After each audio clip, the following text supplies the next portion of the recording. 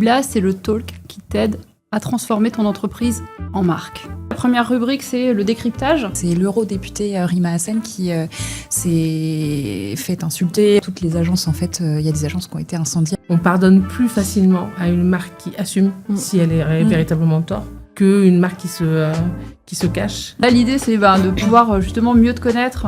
Je n'ai rien à vendre à part l'image de la notoriété. C'est quoi les points clés à retenir de tout ce qui a été partagé? Il y avait un site internet qui avait publié un article qui annonçait la fin des magasins de la Micaline. Partie en mer avec Arnaud Boissière ou un week-end avec McFly et Carlito.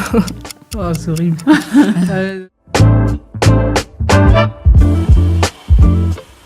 Bonjour et bienvenue dans cet épisode de Blaz. Blaz, c'est une émission qui parle de marque. Blaz, c'est un rendez-vous pour t'inspirer sur les sujets de communication. Blaz, c'est 3 rubriques pour aborder la marque sous tous les angles. Et Blaz, c'est le talk qui t'aide à transformer ton entreprise en marque. Pour cet épisode-là, je suis accompagnée de Sarah, Camille et Anne. Bonjour. Bonjour. Bonjour. Donc je vous propose de vous présenter chacune. Sarah, si tu es d'accord de commencer. Carrément. Eh bien, enchantée. Je m'appelle du coup Sarah et je suis brand designer spécialisée en rebranding, c'est-à-dire que j'accompagne les marques dans leur repositionnement à la fois stratégique et visuel. Merci Sarah. De rien. Bonjour, moi c'est Camille. Je suis experte en stratégie de com et aussi en stratégie relations presse et je crée du contenu pour les pros du secteur maternité et parentalité. Bonjour, moi c'est Anne, je suis responsable communication pour la marque La Micaline. Et effectivement, si on a voulu t'inviter et te recevoir dans cet épisode, Anne, c'est aussi parce qu'on a envie de parler et d'aborder le sujet de comment rendre une marque désirable en fait, au point que d'autres veuillent la porter, ce qui est pleinement le cas dans le cadre d'une entreprise et d'une marque comme La Micaline. Et ça, c'est ce qu'on abordera en fait, pleinement pendant l'échange de la deuxième rubrique. D'ailleurs, si vous nous écoutez, donc il y a une version audio, vous pouvez aussi nous retrouver dans la version vidéo, donc écouter et voir en même temps ce podcast et cet épisode.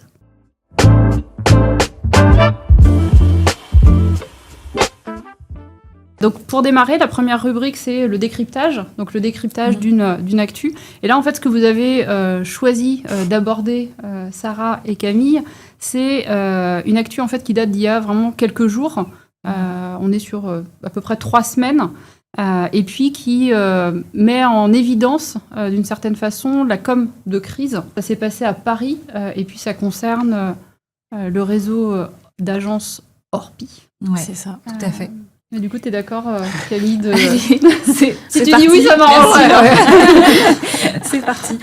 Comme tu disais, ça s'est passé il y a plusieurs jours. Donc, on était le 27 juin et c'est l'eurodéputée Rima Hassan qui s'est fait insulter. Donc, il y a eu des propos haineux envers elle, donc en pleine rue, par 2 agents du réseau d'agences immobilières Orpi. En fait, ça a été filmé et Rima Hassan a publié un post sur X, donc qui est devenu viral quand même très rapidement, puisque, comme on le disait, propos haineux, un contexte politique tendu, les réseaux sociaux qui s'en mêlent, donc forcément grosse polémique, gros bad buzz pour l'agence Orpi. Mais la marque a quand même réagi assez rapidement, puisqu'il y a un communiqué de presse qui a été publié très peu de temps après, en disant que les propos tenus étaient totalement inacceptables et contraires aux valeurs fondamentales que défend le réseau. Et à la suite de ça, il y a aussi des actions qui ont été mises en place, puisque les 2 salariés ont été immédiatement suspendus par la direction. Et une lettre d'excuse officielle a aussi été adressée à l'eurodéputé. Voilà, Orpi, c'est une coopérative, donc chaque agence est juridiquement indépendante, mais la marque, elle reste commune. Donc c'est tout le réseau en fait derrière qui a été attaqué. La direction a reçu des menaces, et il y a même des agences qui ont été incendiées. Ouais. Une communication de crise, ce qu'on va aborder aussi avec toi après, ce qui nous intéresse. On a analysé un peu ce qui a fonctionné et ce qui a moins bien fonctionné dans la réaction du réseau d'agences. Alors qu'est-ce qui a bien fonctionné, justement ? Alors, ce qui a bien fonctionné à faire, et ce que là où l'agence a plutôt bien réagi, c'est que elle a quand même réagi rapidement. Donc c'est vrai que quand une entreprise, quand il y a une faute dans une entreprise, un bad buzz et que la marque met du temps à répondre, on se dit voilà, elle est coupable en quelque sorte et vraiment elle est condamnable et elle ose pas répondre ou voilà, il y a un manque de transparence derrière. Là, pour le coup, Orpi a quand même bien répondu tout de suite et les actions ont été mises en place. Donc on peut pas leur reprocher ça. Et puis, la prise de position a été claire. Hein, les propos sont inacceptables. Il n'y a pas eu de langue de bois. La posture vraiment du réseau d'agences a été assumée. Ce qui a un petit peu moins bien fonctionné, pour le coup, c'est que répondre vite, oui, c'est bien. Mais est-ce que l'agence n'aurait pas pu mettre un peu plus de pédagogie derrière sur cette crise-là et mettre des choses en place en interne pour qu'il y ait plus de pédagogie, faire attention aussi à ce que le fait que 2 salariés agissent de cette manière, ça met toute l'entreprise en péril derrière. Donc expliquer ça aussi, peut-être que c'est un peu les discours qui ont manqué. Et puis après, la distinction entre franchisé et franchiseur qui n'est pas toujours comprise du grand public. La preuve, là, toutes les agences, en fait, il y a des agences qui ont été incendiées alors que c'était pas de leur fait directement. Et donc peut-être avoir aussi un peu plus de pédagogie envers la cible externe et donc le grand public et expliquer que malheureusement, c'est pas tout le réseau qui est condamnable là-dessus. C'est un peu ce que tu voulais dire tout à l'heure, en fait, c'est-à-dire que d'une situation qui est presque individuelle, en fait, il y a une responsabilité ou en tout cas quelque chose qui concerne, tu parlais de collectif en fait, donc qui concerne tout le monde, c'est ça en fait aussi, c'est-à-dire que là il s'agit de 2 personnes d'une agence qui implique finalement tout le réseau quoi en fait, en quelque sorte, c'est ça. Ouais, tout à fait, c'est exactement ça. Et Sarah, tu voulais rajouter quelque chose? C'est ça, en fait, il y a une responsabilité collective qui est franchement liée à la marque en elle-même, mais il y a une dissociation à faire entre, du coup, un rapport, on va utiliser les gros termes, entre franchisé et franchiseur, à notifier dans ce genre de cas et de situations de crise. On reviendra sur ces notions-là, en fait, justement, tout à l'heure, de franchise, quand on abordera la deuxième partie. Mais je pense que pour le grand public, c'est la marque. Et que même s'ils peuvent savoir que ce sont des franchisés, c'est-à-dire que pour eux, c'est aux franchiseurs de prendre la responsabilité de ça. Donc, en interne, c'est sûr qu'il faut faire passer le message parce que je pense que c'est ce que nous, on essaye de faire, de dire, OK, vous êtes dans votre ville, mais par contre, vous présentez une marque et s'il se passe quelque chose dans votre ville, ça peut avoir un impact sur tout l'ensemble du réseau. Complètement. Grand public, c'est quand même plus compliqué. C'est un peu plus compliqué, en tout cas, de leur dire non, ça concerne qu'un magasin. Pour eux, c'est la marque. Oui, tout à fait. Et puis, quand on est sur des notions de réseau, quel que soit le statut, il y a aussi cette notion ou cette volonté, il me semble, de cohérence. En fait. Et c'est un peu ce que, on verra avec les notions de communication aussi. Mais il y a aussi cet aspect-là, en fait, de se dire comment un client dans un magasin a la même représentation, quel que soit le magasin, en fait, dans lequel il va. Quoi. Est-ce que toi, en fait, tu as... dans ton job, tu as eu à avoir des situations ou à faire face en fait finalement à des situations qui nécessitaient d'avoir une com de crise et enfin voilà, c'est quoi ton regard toi aussi de spécialiste sur ce truc-là? Alors on n'a pas eu un cas similaire à celui-ci. Déjà que la com de crise la plus récente, et Dieu soit loué, elle date déjà de 5 ans, mais c'est le Covid qui a été vraiment, alors, qui ne nous concernait pas nous, mais qui pour chacune des entreprises était une sorte de tsunami où d'un seul coup, tout s'arrête. Donc, c'est qu'est-ce qu'on met en ordre de marche. Alors, je pense qu'on a un avantage, c'est que on avait déjà fait des exercices. Alors, pas ceux-là, on ne savait pas que ça allait arriver, mais des exercices pour nous préparer, ce qui fait qu'il y a des éléments qui se mettent en place dès le début.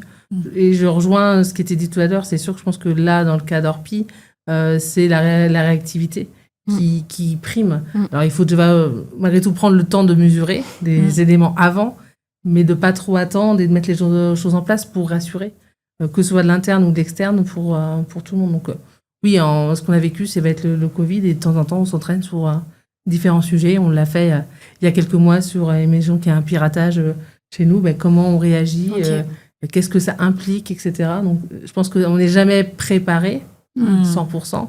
Par contre, d'anticiper ou de prendre automatismes. Je pense que ça, c'est intéressant. Donc ça veut dire qu'il y a déjà des patterns de réaction en fonction de plusieurs situations de crise. Ok. Après, en fait, nous, selon forcément qu'on est dans le milieu alimentaire, donc on sait que ce risque-là fait partie. En fait, on a fait un travail de dire quels sont les risques, quels sont les risques les plus importants, et puis de se dire sur cela, il faut qu'est-ce qu'on met en place, qui est-ce qu'on met autour de la table, quels sont déjà les groupes de numéros de téléphone qu'on a de près ou des choses comme ça. Après, il y a des choses qu'on fait, c'est-à-dire qu'à Covid, on a fait des newsletters, on a préparé des visios, tout ça se fait sur le tas en fonction de la situation, en fonction aussi des moyens de communication qu'on dispose à ce moment-là. Après, on s'adapte à la situation. Ok. Et est-ce que la com de crise, vous l'avez préparée en même temps que le Covid est arrivé? C'est-à-dire c'était votre plus grosse crise et du coup vous avez mis en place tous ces process? Ou alors est-ce qu'avant même le Covid, vous aviez eu d'autres crises et vous aviez déjà mis en place des choses particulières? On a eu, en fait, c'était pas des crises, en fait, c'est des alertes. Voilà, c'est arrivé, des fois il y a des alertes alimentaires ou un doute sur un produit. Donc forcément, ça on s'était entraîné avant. Ou en tout cas... à faire des fois des premières étapes sans aller au bout, parce qu'au final, la com de crise, c'est pas forcément tout de suite quelque chose qui va mal, en fait. Ça peut être juste dire, il y a une alerte, hop, finalement, c'est éteint, il n'y a rien du tout, et on oublie. Mais c'est de se préparer aux premières étapes. Après, oui, Covid, on a quelque part tout subi. Vous parce avez appris en même temps. En plus, une partie des informations ne dépendait pas de nous, donc forcément que c'est plus compliqué. Puis on est vraiment dans la réaction, pour le coup. Complètement. Où c'est, est-ce qu'il y a quelque chose qui... se prépare et qui n'arrive pas, et de toute façon à quelque chose qui va être utile d'une certaine façon, enfin tu vois, dans une autre situation par exemple. C'est-à-dire que tu vois, tu dis des fois on va pas jusqu'au bout. Oui, là typiquement quand on a fait l'exercice sur le piratage informatique, en fait on s'est rendu compte à ce moment-là qu'on a repris des réflexes qu'on avait eus pendant le Covid. Sur le groupe, sur l'émission de chacun, sur certains points. En tout cas, il y a des choses, d'où le fait de, en tout cas je pense, de s'entraîner régulièrement, d'être toujours en alerte. Ouais, c'est ça, exactement, en alerte sur tout ça, et de regarder aussi ce qui se fait, c'est-à-dire que c'est pas tiens, il aurait arrivé ça, c'est de dire tiens, qu'est-ce qui s'est passé et qu'est-ce que ça peut nous apprendre aussi à nous, parce que c'est eux, mais comme personne n'est à l'abri en fait d'une crise quelle qu'elle soit. Surtout le Covid. C'est clair. C'est ça, mais voilà, il peut se passer plein de choses en magasin, etc., ou même chez nous, et tout peut arriver. En fait, là, il faut se dire que tout peut arriver, c'est pas parce qu'on prévoit X ou Y, non. Quelque chose qu'on n'a pas prévu va se produire, c'est évident. Et quand tu dis régulièrement, enfin, tu vois, sur la partie entraînement, c'est quoi, enfin, est-ce qu'il y a une... alors, j'imagine qu'il n'y a pas de vraie réponse, en fait, à proprement parler, mais enfin, pour toi, quelque chose qui pourrait être à la fois cohérent, utile, c'est de prévoir combien d'entraînements et à quelle fréquence? Sur ça, on n'a pas de vraie récurrence. Après, je me dis souvent quand même dans l'idéal, une fois par an, ce serait déjà pas mal, mais une fois déjà tous les 2 ans, c'est quand même pas mal. Après, ça dépend aussi. Je me dis la récurrence dans l'entreprise, s'il y a des petits points d'alerte ou des choses, bon, ça permet quand même d'être... Mais bon, de mettre à jour les listes, de mettre à jour tout ce qui doit être prêt le jour J, en fait. Ça, par contre, ça, c'est important. Et ça peut s'anticiper, d'après toi? Ce qui peut s'anticiper, c'est surtout les personnes qu'on réunit, d'avoir les listes, c'est-à-dire des choses qu'on connaît déjà. Et par exemple, si on prend l'exemple du problème informatique ou autre, c'est de se dire on n'a plus accès au réseau, comment je récupère toutes les adresses, alors l'adresse mail, on n'a pas besoin, mais le numéro de téléphone, etc. Qu'est-ce qu'on peut pallier? Et ça, il y a des choses qu'on peut anticiper pour gagner du temps le jour où ça arrive, plutôt que de le subir. On trouvera toujours la solution. Parce qu'on s'est rendu compte que pendant les gestions de crise de Covid, on trouve toujours une solution, il y a de l'entraide, il y a de la solidarité et on pallie. Mais on perd du temps à certaines choses, alors que si on l'anticipait, justement, avoir des listes à dispo, avoir peu importe qui peut pallier, ça, par contre, on gagne du temps et le temps est précieux quand on est en com de crise. Oui, c'est sûr. Et quel a été le premier canal de communication, que ce soit en interne ou en externe, dans la situation du Covid, par exemple? Il y en a eu plusieurs. Le tout premier, ça a été quand même le mail. Oui. Ça a été par mail. Et puis après, quand on s'est retrouvés confinés autres, c'était la newsletter. Qui a été un point de relais. Enfin, il y en a eu jusqu'à deux par semaine pour les franchisés, une pour toutes les personnes du siège. Et après, on a eu des visios. Alors ça, on a fait beaucoup de visios. Pour rassurer, parce que l'inquiétude était... peu importe, de chaque côté, il y avait de l'inquiétude. Donc, c'était de rassurer sur ce qui se passait, de se dire, semaine par semaine, finalement, vous avez le point d'où on en était avec eux. Et ça a été principalement ça, parce que les équipes étaient plus au siège, donc on était tous chez nous. Donc, ça a été ça. Et puis après, c'était quand même un truc, je pense, qui est important aussi, c'est de se dire, on est en com de crise, mais il faut garder aussi l'esprit, c'est-à-dire de qui on est. C'est-à-dire qu'on avait fait des vidéos pour nos franchisés. C'est-à-dire que vous êtes chez vous, faites une photo, on pense à vous, etc. Et d'entretenir tout ça. C'est-à-dire que là, dans ce cas-là, en plus, on était éloignés. Donc, il fallait trouver le moyen quand même de rassembler. En tout cas, nous, à la com, une fois qu'on a passé la première étape de comment on se met en place, qu'est-ce qu'on fait, etc., c'est de se dire, OK, maintenant, il faut qu'on garde le lien parce qu'on est à distance et qu'on garde tout ça. Et donc, on l'a trouvé par c'est les petites vidéos qu'on a pu envoyer aux franchisés. Il y a eu des petites cartes au retour des gens quand ils sont revenus. Donc, c'est préparer aussi tous ces petits points-là qui permettent aussi de la réassurance. Je pense que quand on parlera tout à l'heure du côté désirable de la marque, c'est aussi pour les franchisés, dans cette période-là, d'être accompagnés, reconnus. Et ça, c'est important en période de crise. Mais il y a une notion de maintenir le lien, en tout cas d'entretenir et de préserver, en fait, d'une certaine façon.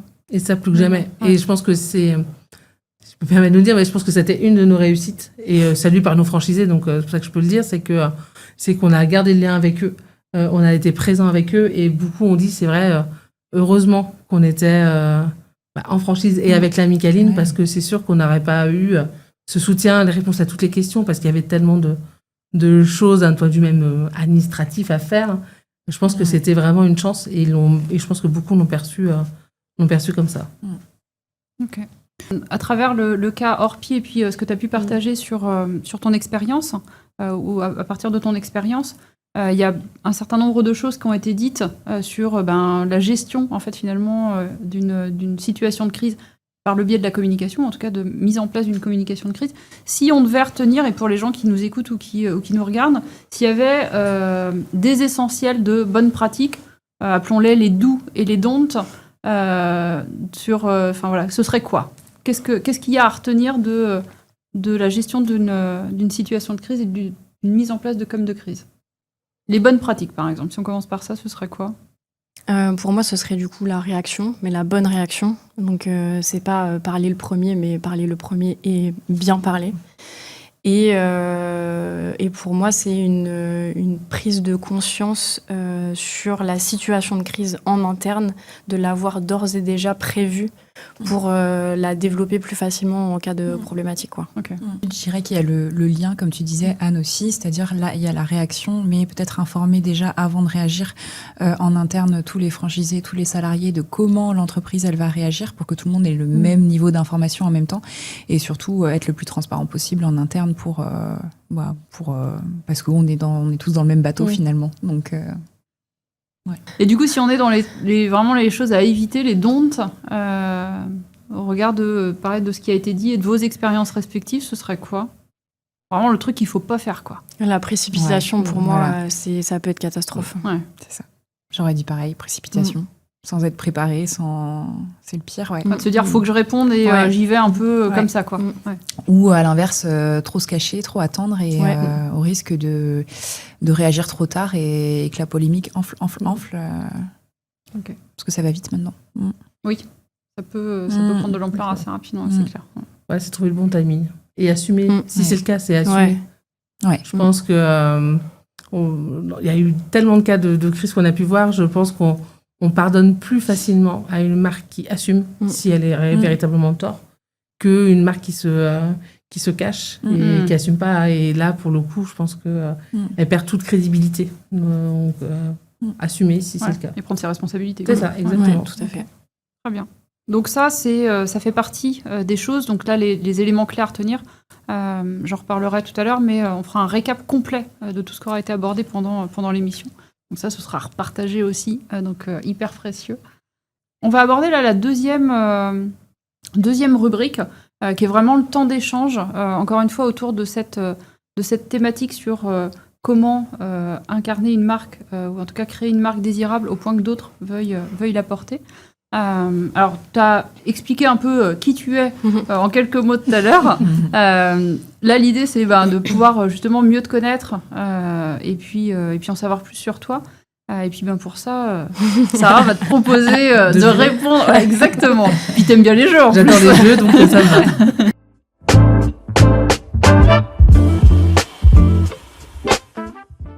On a sélectionné ensemble 3 questions, donc libre à toi de piocher une des questions. Ok. Qui est De côté... l'autre côté. Voilà, c'est ça. Pour Pour tu connais déjà le jeu? Je crois, oui. L'idée, c'est d'apprendre à te connaître, toi, d'une manière un peu différente. Donc, Ok. je te laisse sélectionner ta question et nous la lire à voix haute. Ok. Sur quoi les gens se trompent-ils toujours à ton propos?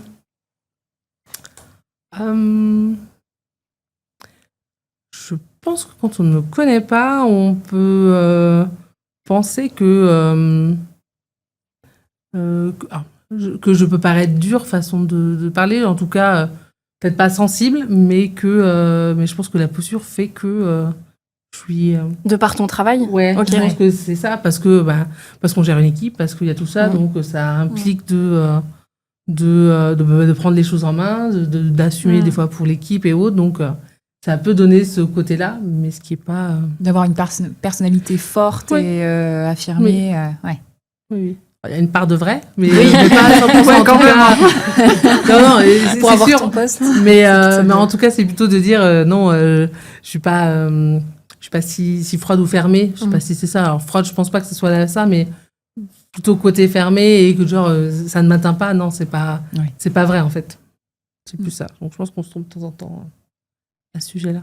Puis t'es plutôt ouverte aussi à répondre à des questions, tu vois, et à Oui. te laisser prendre à l'exercice en fait de ça. Mais c'est un jeu, donc ça marche toujours. Ouais, c'est ça.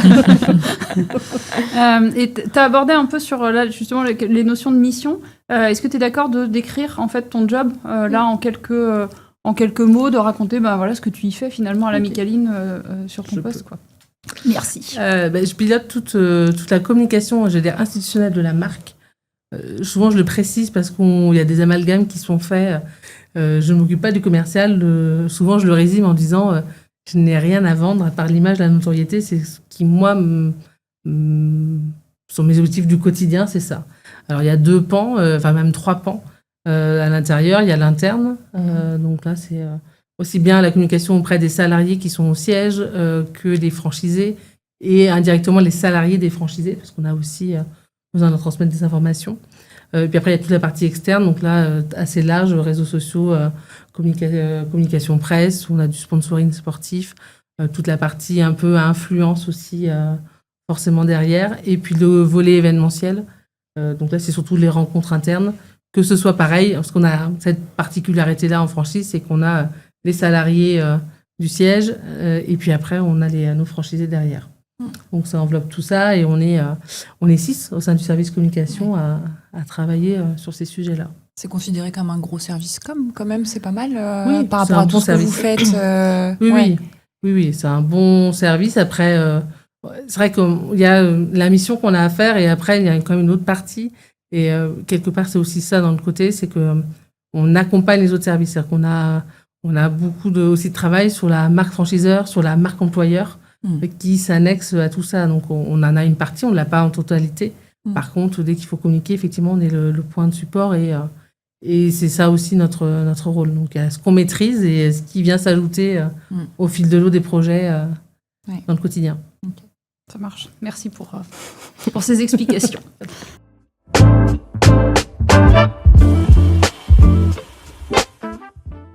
Donc là, on est sur la rubrique suivante, donc qui est vraiment un temps aussi d'échange. Et pour rappel, en fait, la thématique de cet épisode, c'est vraiment comment rendre une marque désirable au point que d'autres veuillent la porter, donc qui est la marque du franchiseur portée par les franchisés. Et puis, il y a quelques points un peu centraux pour tourner autour de cette grande question. À la fois, c'est justement comment faire rayonner une marque en franchise, donc quand on est finalement franchiseur, c'est comment se l'approprier quand on est franchisé, et puis de comprendre quels sont les leviers, les outils de communication qui sont utilisés, encore une fois, pour rendre la marque désirable auprès des franchisés. Et peut-être que ce qui peut être intéressant, alors on l'a évoqué déjà un peu au début, mais c'est aussi peut-être de repréciser ce que c'est en fait finalement une franchise. Je te laisse nous dire tout ça, Sarah. carrément. La franchise, c'est donc l'idée qu'une entreprise puisse exister en une relation commerciale entre franchisé et franchiseur avec un genre de plan établi. En gros, c'est un accord commercial entre les deux. Par exemple, le franchiseur, lui, possède une marque ou un concept. Et le franchisé, lui, c'est un indépendant qui exploite ce concept-là avec ce fameux plan établi. Le terme franchisé, il est né... franchise. Le terme franchise. Le terme franchise est né au XXe siècle avec le terme franchising, comme on le connaît avec la structure comme on le connaît aujourd'hui. Et en fait, il y a un exemple qui peut aider à la compréhension de cette typologie-là, c'est Singer, la marque célèbre de machines à coudre. En fait, c'est grâce à elle, justement, qu'on doit la naissance du réseau de distribution en franchise. Il y a aussi, par exemple, la marque General Motors qui, en 1986, crée une structure de réseau de concessionnaires sur le même principe. Et après, bien sûr, nous avons les fameux exemples Coca, McDo, etc., qui, eux, ont permis de vraiment démocratiser le concept. Mais pour aider, du coup, à bien comprendre en quelques mots-clés, des informations précieuses de la Micaline, je vais te poser 2 questions. 2 questions sous format de QCM. À toi de me donner la bonne réponse. Très bien. Est-ce que tu es prête ? Je suis prête. En quelle année, du coup, la Micaline a-t-elle été lancée en franchise ? En 1986, en 1992 ou en 2001 ? Alors, en fait, je pense que c'est 1994. Ah, ok. Ok. Très en bien. fait, la Micaline s'est lancée. Alors, je ne sais pas si quelle était la bonne réponse, parce que c'était peut-être 85, c'est le lancement. Ouais, 86, Par contre, après 94, c'est le vrai passage en franchise. Ok, très bien. Mes informations sont erronées. Si c'est sur le site, la Micaline, il faut me le dire. Parce que... J'ai testé, je jetais un coup d'œil sur le site, mais c'est pas grave. Est-ce que, du coup, tu pourrais me dire qui est à l'origine de la Micaline ? Est-ce que c'est un fils de boulanger du pays vendéen ? Est-ce que c'est un ancien de chez Banette ? Ou est-ce que c'est un réserviste normand ? Eh bien, c'est un fils de boulanger vendéen. C'est exact. Félicitations. Merci. En fait, 94, je pense que c'est quand on est passé la Micaline, on s'appelait la Croix-Centrine avant. Oui, tout à fait. J'irai rechecker mes informations. Je pense que ça se trouve, c'est moi qui... Comme c'est l'année anniversaire, on parle que de toutes ces ces dates. Oui, c'est possible, carrément. Sur ça. Ok. Et c'est là qu'est née, en fait, finalement, ou la création du réseau de franchise ou du côté franchiseur, en fait, quand c'est passé la Micaline. C'est pour ça que tout ça, c'est entre 92 94, tout est passé là. Après, il y a eu plusieurs étapes. Et après, il y a aussi la première fois, on a participé au Salon de la franchise, qui est aussi l'autre étape après. Mais oui, tout s'est passé à peu près en même temps parce que il y a eu la première étape. Et puis après, c'est de se dire, OK, on veut se déployer, mais là, il faut passer en franchise. Et là, on s'est fait accompagner à l'époque d'un ponte dans la franchise qui s'appelle Charles Serroud, qui a accompagné ce passage en franchise. Donc oui, 92 était la bonne réponse. Alors du coup, on a expliqué quelle est la thématique. Et presque la première question pour démarrer cet échange, c'est comment savoir en fait finalement que sa marque, elle est désirable ? Comment on peut...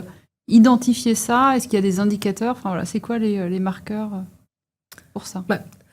Je dirais que le premier, c'est quand les prospects à la franchise viennent vous voir directement. C'est-à-dire que déjà, quand ils viennent, ça veut dire qu'ils connaissent votre marque, qu'ils ont un intérêt pour votre marque et qu'il y a quelque chose qui se passe. Alors après, on dit que ça va se concrétiser, mais ça veut dire en tout cas que la marque donne envie. Bon, première étape. Ok. Donc, première chose, les gens viennent, en fait. Donc, ça attire. Et dès le début, quand vous êtes lancé en franchise, est-ce qu'il y a eu beaucoup de personnes qui sont venues vous voir là, dans la période années 90-92 ? J'étais pas encore. Oui. J'ai pas toutes les infos. J'étais en train de me dire ça dépend de la vie. Que poser la question, excuse-moi.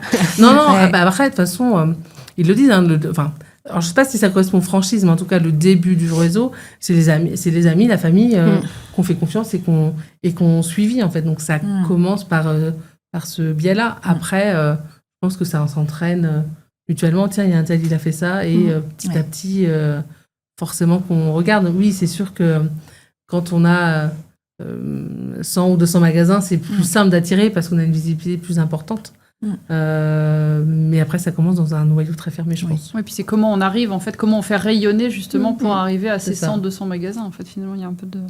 Est-ce que tu saurais identifier un moment, un événement qui a vraiment aidé à propulser la notoriété de la Micaline dans son histoire? Je sais pas s'il y a un moment clé. Après, je pense que je pense que c'est plutôt le fondateur, M. Barthaud, qui y répondrait beaucoup mieux. Mais je pense que l'ouverture progressive de magasins, c'est-à-dire que mine de rien, plus vous avez de magasins, plus vous êtes visible. Et surtout, en plus, chez nous, ça passe par le produit. Donc, forcément que ça commence par là et que... avant de devenir franchisé, c'est souvent, majoritairement, des clients qui connaissent la marque, ils connaissent l'univers des magasins, ils connaissent tout ça. Donc, c'est ça, souvent, qui donne envie. Après, il y a plein d'autres points, mais je pense que celui-ci, ça reste quand même le majeur. Et je pense que c'est plus facile dans notre secteur d'activité, peut-être que pour d'autres, où on se projette moins facilement. Parce qu'aujourd'hui, nous, on n'a pas besoin d'être boulanger pour avoir un magasin aussi. Donc, on a finalement un vivier qui est plus important, ou en tout cas des potentiels franchisés plus importants. Tu penses que ça peut toucher un profil, en fait, ou un public, en tout cas, de franchisés ou de futurs franchisés plus large? Oui, parce qu'au final, chez nous, il y en a qui sont dans le secteur alimentaire, mais il y a des fois, pas du tout. Certains étaient en réseau de franchise, pas en réseau de franchise. Des fois, certains étaient dans les finances ou dans d'autres secteurs. Donc, il y a de tout secteur. Il n'y a pas un profil type où, en se disant, c'est eux, et ils viennent tous de ce sillon-là, et donc forcément on va les recruter. Là, non, en fait, ça reste quand même très large. Ouais. Après, il y a des points communs qui peuvent se regrouper malgré tout, aimer le commerce, etc. Forcément que ça y contribue. C'est quand même un sacré avantage. Hein, Le commerce et aimer le produit. C'est ça. Est-ce qu'il y a des choses qui ont été mises en place en interne qui ont permis de faire fédérer les franchisés et à la fois de faire rayonner vraiment l'image de la Micaline? Factuellement, des stratégies de communication, des prises de position. Alors, en interne, c'est ça? Ouais, en interne et à la fois en externe. Sur l'interne, je pense que en fait, la première étape, c'est quand même quand ils viennent nous voir, mais ils rentrent en formation. La première étape, je pense qu'on rend désirable, il y a l'amont, mais après, c'est l'accompagnement, le temps passé, ce qu'on partage et ce qu'on inculque de la marque pendant la formation. La formation, elle est combien de temps, du coup? La formation... C'est une bonne question. Parce qu'ils ont rechangé les modules, donc j'ai plus exactement en tête. Mais c'est en 2 périodes. Il y a une période qui se trouve au siège de l'enseigne et la deuxième période aussi qui se trouve en magasin. Ouais. Et ils alternent cette partie-là. Donc c'est-à-dire qu'ils rencontrent aussi bien toutes les personnes qui sont au sein du siège et aussi des franchisés sur le terrain. Et donc tout ça, en fait, ça permet de créer aussi le lien avec la marque. Parce qu'ils rencontrent les personnes, parce qu'on leur parle de la marque, on leur parle de ce qu'ils vont devoir faire au quotidien. Et pour moi, ça, c'est la première étape. Et après, l'étape qui suit, c'est une fois qu'eux, ils sont dedans, il y a quand même se dire, on a fait ça, donc après, eux, ils vont localement. Donc, c'est-à-dire qu'eux, localement, il faut qu'on ait quand même bien réussi la première étape pour qu'ils puissent, eux, diffuser dans leur ville, et dans leur magasin et dans leur ville, c'est quoi l'esprit de la marque, et de leur partager derrière.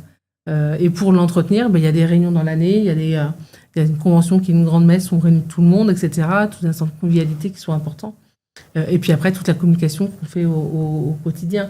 Mais ces moments de rencontre et de partage et de lien direct, c'est ça qui est important aussi pour continuer de faire perdurer la marque. Et chez nous, ce côté-là, il est très important. Les franchisés, quand ils viennent, c'est pas un numéro ou quoi que ce soit, c'est Younes et Julie de Vichy, c'est Pascal et Catherine à Saint-Gilles, etc. Donc voilà, ça c'est important. Et je pense que ça, c'est ce qu'ils ressentent. Et forcément, c'est ça ce qu'ils vont créer aussi derrière dans leur point de vente. Très bien. Tout à l'heure, tu disais que parfois les franchisés, c'était des clients en fait initialement. Oui. Et du coup, si on peut revenir sur les clients et sur votre cible, vous, c'est quoi votre cœur de cible aujourd'hui à la Micaline ? Le cœur de cible, on dirait, on a toujours dit qu'on est plutôt féminin, on est plutôt une cible féminine, qui est, mine de rien, plutôt urbaine et qui a entre, on va dire, 35-40 ans. C'est à peu près ça, je dirais, le cœur de cible à Micaline. Okay. Après, on est très large, forcément, parce qu'on a un produit iconique qui est le cookies, qui, lui, touche majoritairement les 18-25. Donc on est aussi la Madeleine de Proust de certains, le souvenir en sortant d'école, etc. Et donc ils se rappellent plus tard de nous. Et puis forcément, en ayant cette gamme large, on va aussi, je dirais, jusqu'à la partie senior forcément, sur des produits qui sont plus traditionnels. Et tu dirais que c'est, dans l'idée de justement à la fois faire rayonner une marque et faire que à la fois le franchisé se l'approprie, donner envie de devenir franchisé. Quel est le poids en fait du produit ? Tu as beaucoup parlé en fait de cette notion humaine. Alors moi je l'ai vécu et je vois exactement de quoi et de qui tu parles. Mais le produit en fait, est-ce que c'est lui aussi un outil de communication justement dans le fait de donner envie de devenir franchisé en fait ? C'est une très bonne question ça. Merci. Oui, c'est le premier. C'est pour ça que je dis son client. C'est-à-dire qu'ils vont pas. C'est pas le côté humain qui va rentrer en premier. C'est d'abord le produit qu'ils vont manger. Donc, et souvent on le dit, quand ils viennent chez nous, s'ils n'ont pas d'intérêt pour le produit, ça n'ira pas plus loin. Il faut avoir un intérêt pour lui, c'est ce qu'on vend, c'est ce qu'ils vont faire tous les jours.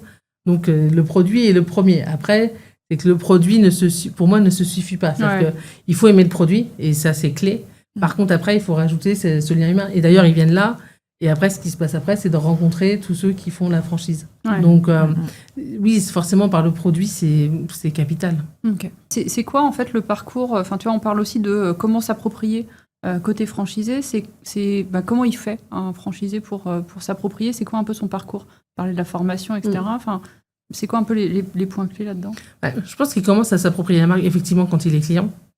Ensuite, quand il rencontre... J'irai la direction et les franchisés, il y a quand même un truc important chez nous, c'est que quand ils sont en phase amont, on leur donne la liste totale de nos franchisés. C'est-à-dire qu'on ne sélectionne pas tel ou tel franchisé, vous avez la liste, vous l'avez entièrement et vous allez voir qui vous voulez. Je pense que ça, en termes de transparence, en termes d'image, en disant allez voir, interrogez et le nom de personnes que vous voulez. Donc je pense que par ces premiers échanges, contacts, ils commencent à s'approprier la marque. La formation, pour moi, elle est clé. Parce que là, on va leur parler produit, parce qu'on va leur parler sens du client, parce qu'on va leur parler management, parce qu'on va parler de tout ce qui va faire leur quotidien. Et on leur partage la vision aussi qu'on a de la marque.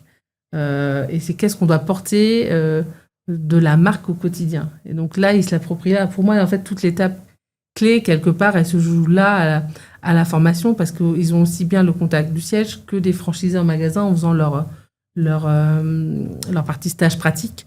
Donc tout se joue là dans l'appropriation de la marque, dans ce qu'ils voient, dans ce qu'ils vivent aussi à ce moment-là. Et quelque part, on l'entend, parce que la dernière étape avant qu'ils ouvrent, il y a toujours une sorte de cérémonial chez nous, où là, il y a la signature concrète du contrat, et il y a toujours des petits discours, et souvent le message, c'est de se dire, comptez sur moi, maintenant dans ma ville, je vais aller diffuser la bonne odeur de produits de la Micaline, etc. Donc quand il dit ça, c'est-à-dire que c'est déjà, il y a une première étape et c'est gagné, ils ont compris l'esprit de la marque. Et après, c'est de l'entretenir au quotidien. Et l'entretenir, c'est toujours rappeler qui on est, c'est quoi la marque, par les moments aussi d'échange, etc. Tout ça, ça entretient. Mais pour moi, le cœur, c'est quand même la phase amont qui reste importante. Tu parlais de valeurs et de compréhension de la marque Micaline. Est-ce que c'est quoi les valeurs fondamentales à transmettre à un franchisé quand il souhaite rejoindre l'aventure Micaline ? Après, nous, les valeurs, elles sont écrites, indiquées dans toutes les salles. Tu ne peux pas passer à côté. C'est ça. Normalement, on les évite pas, mais je ne vais pas toutes les citer, mais on va dire les clés, c'est l'honnêteté, le respect des gens, la compétence professionnelle, la loyauté. Tout ça, c'est ce qui anime et ce qui a été impulsé dès le départ par le fondateur et qui est encore présent. Et j'ai oublié quand même la dernière, et je finis volontairement par elle, c'est le sens de la communication. Et ça, c'est pour le coup essentiel.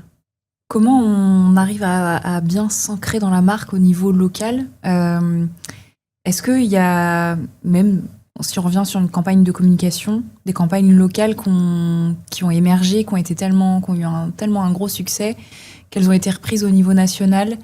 Est-ce qu'il y a des bonnes pratiques à adopter ? Est-ce qu'on fait ce qu'on veut en fait quand on est un franchisé à Nantes ou à Saint-Jean-de-Mont ? Est-ce qu'on fait ce qu'on veut ou il y a des codes, des pratiques à respecter ? C'est le principe de la franchise, c'est-à-dire que quand un franchisé accepte de faire partie de l'aventure derrière, c'est que forcément, il sait qu'il y a un cadre à respecter. Et en communication, oui, il y a forcément les fondamentaux, respect de la charte graphique, etc.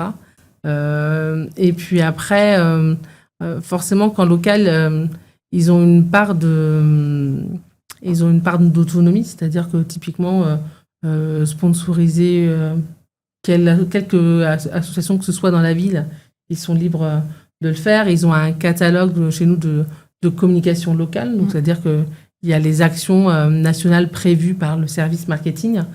Et après, eux, dans les temps morts ou autres, ils ont quand même la main. Mais tout ça est charté à la marque, qui est vérifiée aussi par les équipes marketing.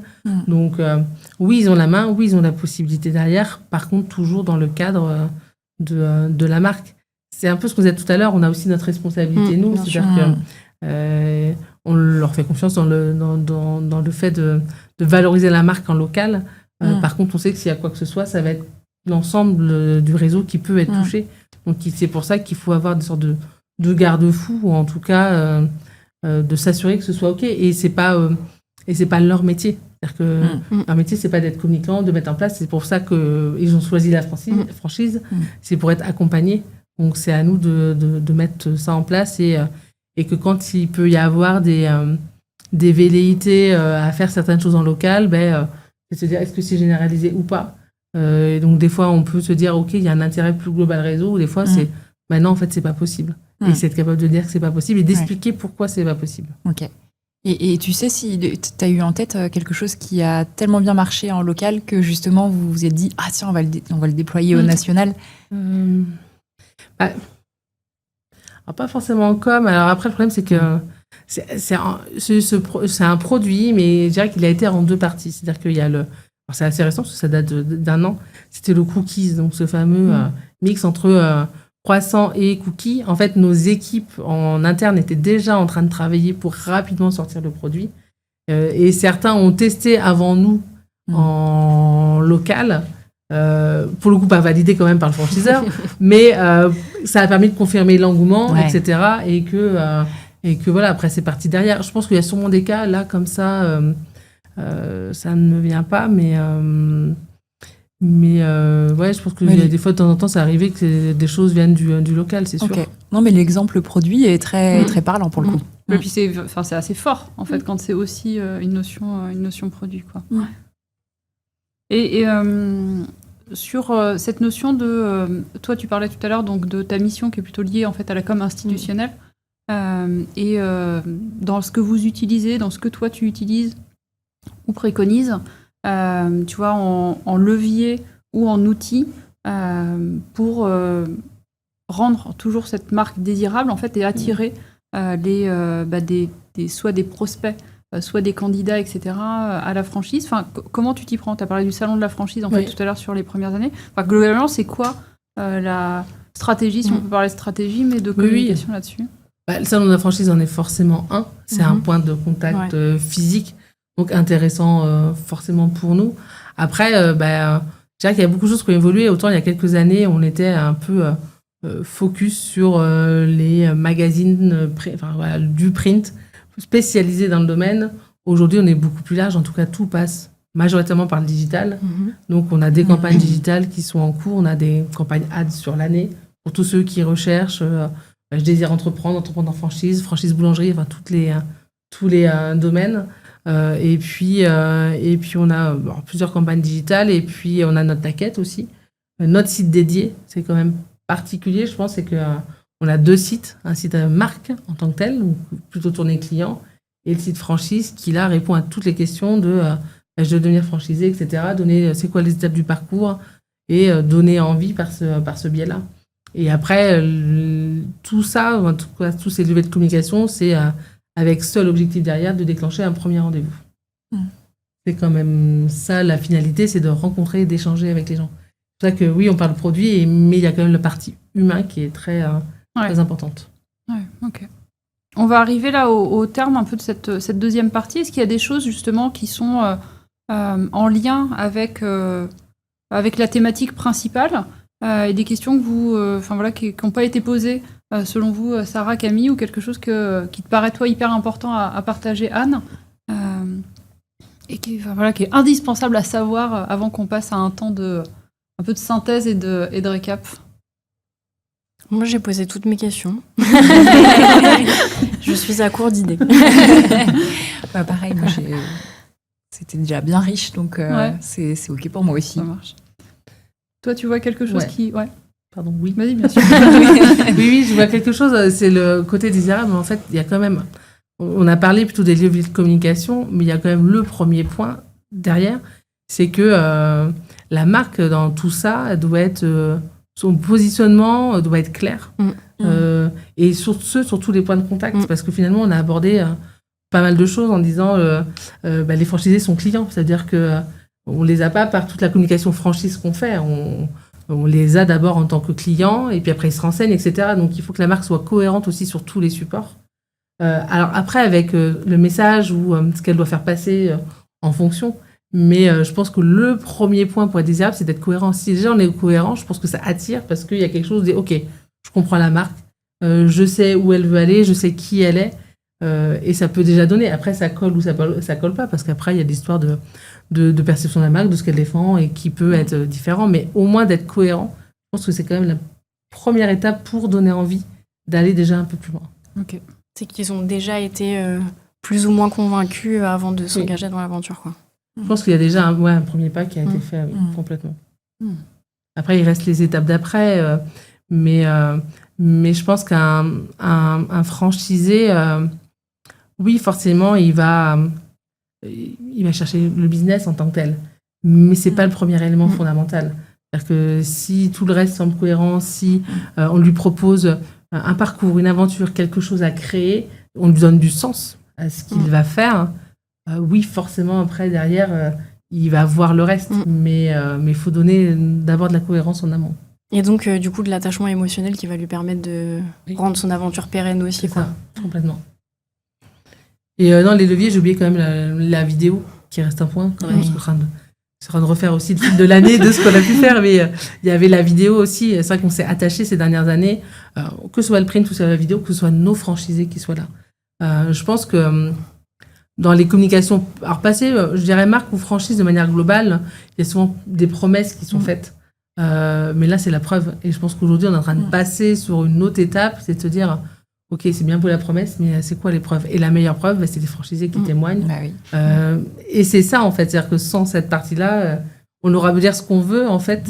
Je pense que la meilleure preuve, c'est soit nos franchisés, ceux actuels, qui sont contents d'être là et qui partagent la marque. C'est la meilleure preuve et c'est ce qui peut donner envie aussi. Moi aussi, j'ai envie de passer cette étape. Ouais, ça facilite en fait aussi le fait de se projeter, quoi. Ouais, c'est-à-dire que j'ai quelqu'un qui est potentiellement celui ou celle que je pourrais être demain, quoi. Complètement. Donc, C'est complètement ça. OK. Super, merci. Alors, si on avait... Enfin, voilà, c'est quoi les points clés à retenir de tout ce qui a été partagé là pour rendre une marque désirable au point que d'autres veuillent la porter? Si on devait faire une synthèse. Pour moi, tu l'as dit d'entrée de jeu, le point phare, c'est d'apporter du sens et d'avoir une image et une histoire de marque cohérente pour réussir à embarquer plus facilement. Après, les axes de communication s'en découlent de manière naturelle. C'est ça. La vidéo, comme tu disais, le montrer, rendre ça visible pour donner envie à d'autres, sans que ce soit du semblant, quoi. Enfin, que ce soit vrai, de l'histoire vraie derrière. Pour toi, s'il y avait 2, 3, 4, même allons-y, choses à retenir, mais en tout cas, voilà, l'essentiel de ce qui a été partagé, ce serait quoi? Je pense que, malheureusement, je vais dire la même chose. La première étape, c'est la cohérence. La cohérence de marque, prouver les choses, et puis après le dernier, c'est en fait la dernière étape, c'est d'accompagner, c'est de se dire que OK, on a donné envie, après ça s'arrête pas là, c'est le quotidien et c'est d'entretenir tout ça dans le quotidien, parce qu'après en fait, grosso modo, c'est un peu comme l'histoire de couple, c'est-à-dire qu'il y a le début, mais c'est à peu près ça quand même, parce que de toute façon, c'est un partenariat. Hein. Ouais. On se séduit, il y a cette partie-là, et puis après, c'est tout beau, tout rose dès le début, et puis après, des fois, il y a des premières tensions, et il faut être là, il faut accompagner, il faut communiquer, il faut échanger. parce que sinon ça peut aussi partir très vite à l'inverse et plutôt faire un effet contraire. Donc, une fois que tout ça est posé, c'est entretenir au quotidien. Ouais. C'est d'avoir la vision aussi du long terme, quoi. Et tu parlais de partenariat. Il y a vraiment ça, ouais. Ok, super.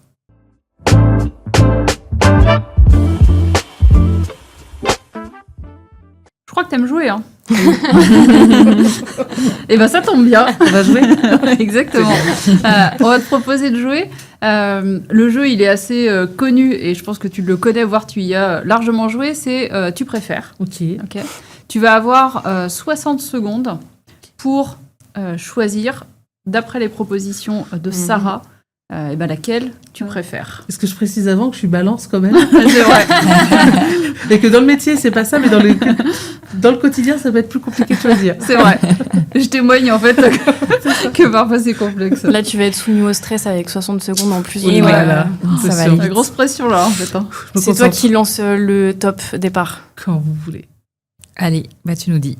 Top. Ok. Cookie chorizo ou cookie camembert? Cookie chorizo. Cookie rond ou ovale? Oh, non, ça peut pas. Cookie carré. Ta prochaine cible, les jeunes parents ou les retraités? Les jeunes parents. La Micaline à l'Inter, Japon ou Brésil? Brésil. La mascotte de la Micaline, un cookie qui parle ou une baguette qui danse? Le cookie qui parle. Une partie en mer avec Arnaud Boissière ou un week-end avec McFly et Carlito? Oh, c'est horrible. Non, je vais à un week-end. C'est quoi? C'est le week-end ou c'est une balade en mer? Balade en mer avec Arnaud. Ok. Le prochain slogan de la Micaline, des câlins à croquer sans modération ou chez nous, même les pains ont le cœur tendre? La première, c'était, pardon. Des câlins à croquer. Oui, des câlins à croquer. Pain au chocolat ou chocolatine? Pain au chocolat. Prochain partenariat, Michel et Augustin ou Ben & Jerry? Ben & Jerry. Ok, deal. Et ben, t'as bien réussi. Voilà, Bravo. J'ai choisi. Hein. Et du coup, félicitations. Rond ou ovale? Non, là, on peut pas. C'est carré. C'est la Micaline, c'est carré, les cookies. C'est votre signature. C'est ça. Très bien, merci et bravo Avec de plaisir. t'être prêté à ce jeu-là.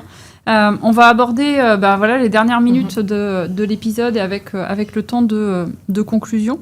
Si en quelques mots, là on vient de refaire une synthèse de ce qu'on disait, mais voilà, si on fait un récap global des points à retenir à la fois comme de crise et puis désirabilité d'une marque attirer et puis entretenir en fait finalement, qu'est-ce qu'on peut se redire en quelques mots?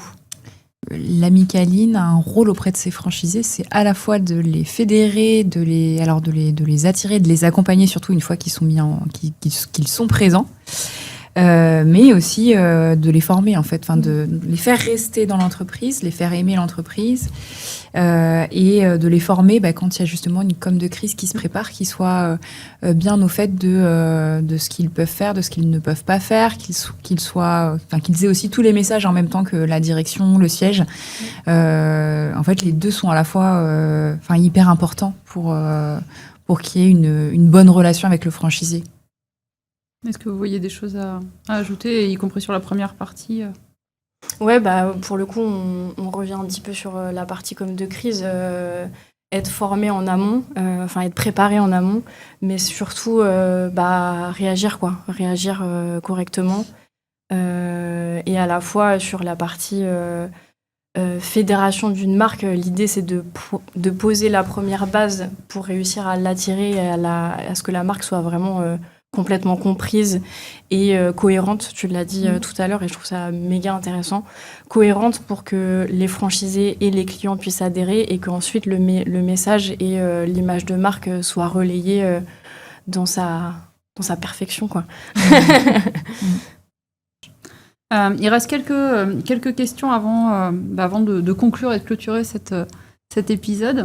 Tu as parlé de ton métier tout à l'heure, de ce que tu y fais. Pour toi, comment tu le vois, ton métier là, à l'avenir? C'est quoi ta vision du futur de ton métier? Là, je dirais, on a quand même une étape là, on en entend beaucoup parler. C'est pour le truc qui me vient quand on parle de l'avenir, on parle beaucoup de l'IA. Et te dire, ça va me bouleverser. Oui, ça va changer les choses, mais Mais je pense que ça peut être surtout il faut pas le voir comme des adversaires. Hein. L'IA n'est pas un adversaire. Ça peut plutôt accompagner. Par contre, il y a une chose que l'IA n'aura pas, et finalement on en a parlé, c'est donner du sens. Et ça, je pense que c'est nous qui sommes garants, communicants, de donner du sens. L'IA n'a pas la partie émotion, donc de sentir des émotions du quotidien et comment les retraduire. Je pense que ça, c'est ça où nous, on est garant de ça en tant que communicants. Donc, je pense que c'est ça, mon métier demain, c'est de donner du sens aux choses et avec l'émotion qu'on doit faire transparaître dans nos communications, quelles qu'elles soient. Et en parlant d'IA, en fait, on a vu aussi qu'il y avait et du coup, tu dois sûrement être au courant qu'il y avait un site internet qui avait publié un article qui annonçait la fin des magasins de la Micaline au mois de juillet, je crois, fin juillet. Et donc, c'était une fake news apparemment écrite par une IA, hébergée sur un site américain. Et donc là, vous avez réagi aussi rapidement sur les réseaux sociaux en disant que c'était pas vrai, quoi. C'est ça. Et en plus que vous fêtiez vos 40 ans et que vous étiez moins fermés. Exactement. Voilà, je pense que c'est les mauvais côtés de l'IA et qui forcément... ces points-là font dire mais non, c'est pas bien ou quoi que ce soit. Non, là, oui, c'est les mauvais côtés utilisés et par son créateur d'ailleurs pour se faire de l'argent, c'est concrètement ça. Donc oui, réagir rapidement pour rassurer tout le monde et que ce soit à l'interne ou forcément. D'abord, on l'a fait d'ailleurs en interne. Et après, on a prévenu, on a fait le petit post, etc. Chez nous, Flavie s'est occupée de ça. Mais en fait, l'IA sert à autre chose que ce côté négatif. Oui, largement. C'est ça. Ok. Et sur ce sujet de communication et d'attirer et de faire perdurer la désirabilité auprès des franchisés, c'est quoi vos enjeux en fait futurs là-dessus ?